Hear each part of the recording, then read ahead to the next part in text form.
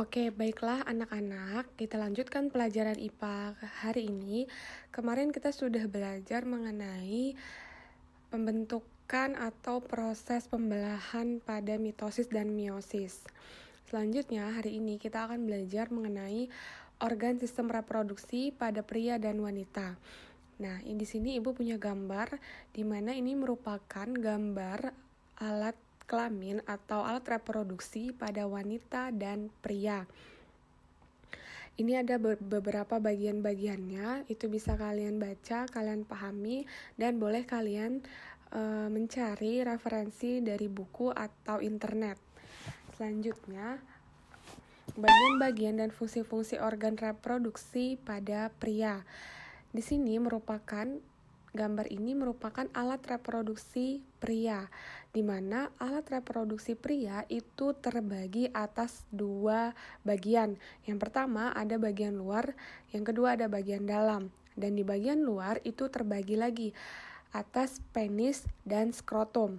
Sedangkan bagian dalam itu bagian-bagiannya ada testis, saluran, dan kelenjar. Ini bisa kalian lihat, alat reproduksi pria itu bagian-bagiannya ada kantong urin, ureter, vesicula seminalis, ductus ejaculatoris, rektum, kelenjar prostat, anus, vas deferens, epididymis, testis, skrotum, penis, dan uretra. Kemudian, alat reproduksi atau kelamin pria dapat dibedakan menjadi alat reproduksi luar dan reproduksi dalam, di mana alat reproduksi luar merupakan alat reproduksi yang terletak pada bagian luar tubuh dan diamati secara langsung.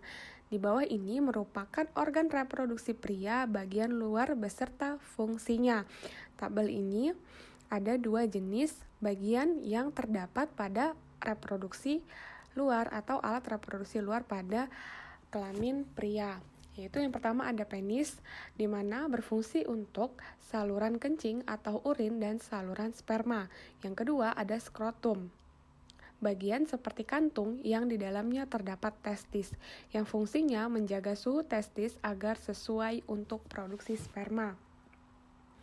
Kemudian ada alat reproduksi dalam.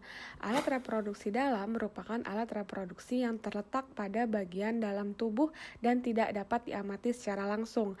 Alat reproduksi dalam antara lain terdiri atas testis, saluran sperma, uretra, dan kelenjar reproduksi.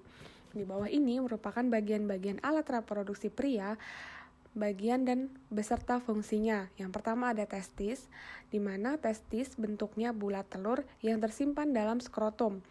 Fungsinya untuk memproduksi sperma dan hormon testosteron.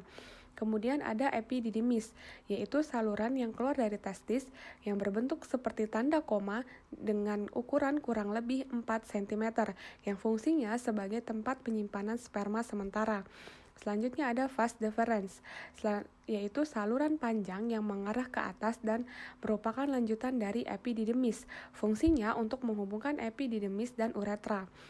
Uretra merupakan saluran yang terdapat dalam penis, merupakan akhir dari saluran reproduksi. Fungsinya untuk keluarnya sperma dan urin. Kemudian ada kelenjar vesicula seminalis, bagian yang berbentuk seperti kantung kecil, berukuran kurang lebih 5 cm, yang terletak di belakang kantung kemih. Fungsinya untuk menghasilkan zat-zat yang diperlukan dalam perkembangan sperma. Kemudian ada kelenjar prostat, bagian yang berbentuk seperti kue donat yang terletak di bawah kantung kemih. Fungsinya untuk menghasilkan cairan bersifat asam. Kemudian ada kelenjar Cowper, bagian yang berbentuk seperti kacang yang terletak di bawah kelenjar prostat. Fungsinya untuk menghasilkan lendir dan cairan yang bersifat basa. Selanjutnya, kita masuk ke bagian-bagian organ reproduksi pada wanita. Di sini ada gambar organ, saluran, atau organ reproduksi pada wanita, di mana bagian-bagiannya ada ovarium, sel telur, rahim, endometrium, serviks, vagina, dan infundibulum.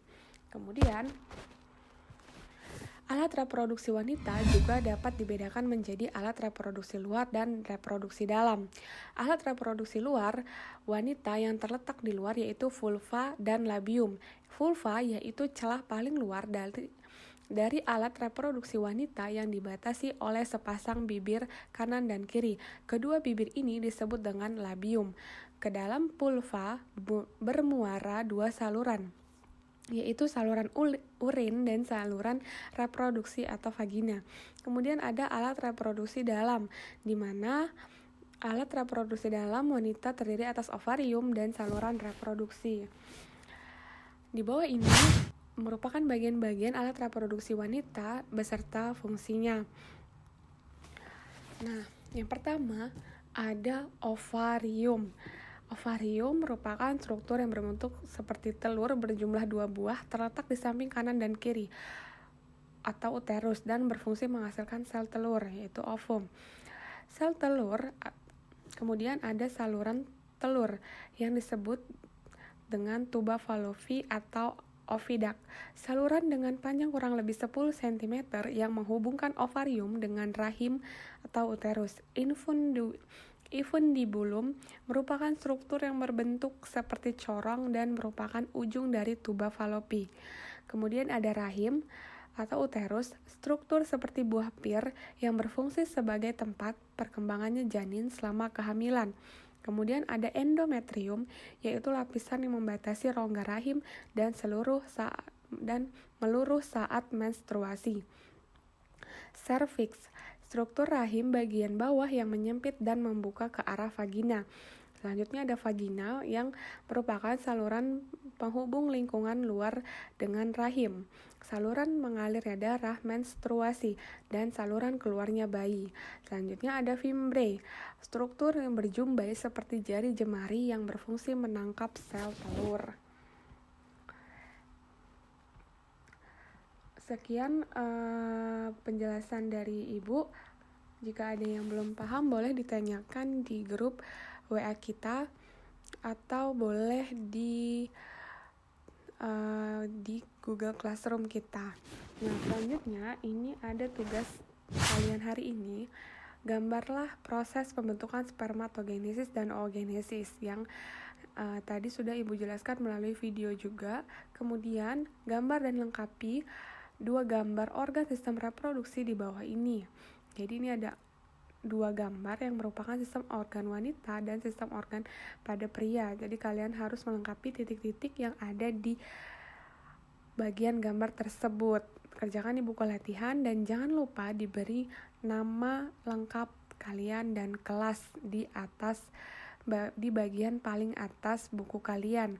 Jadi pada saat difoto itu terlihat nama lengkap dan kelas kalian. Sekian materi hari ini. Ibu cukupkan. Ibu akhiri. Wassalamualaikum warahmatullahi wabarakatuh.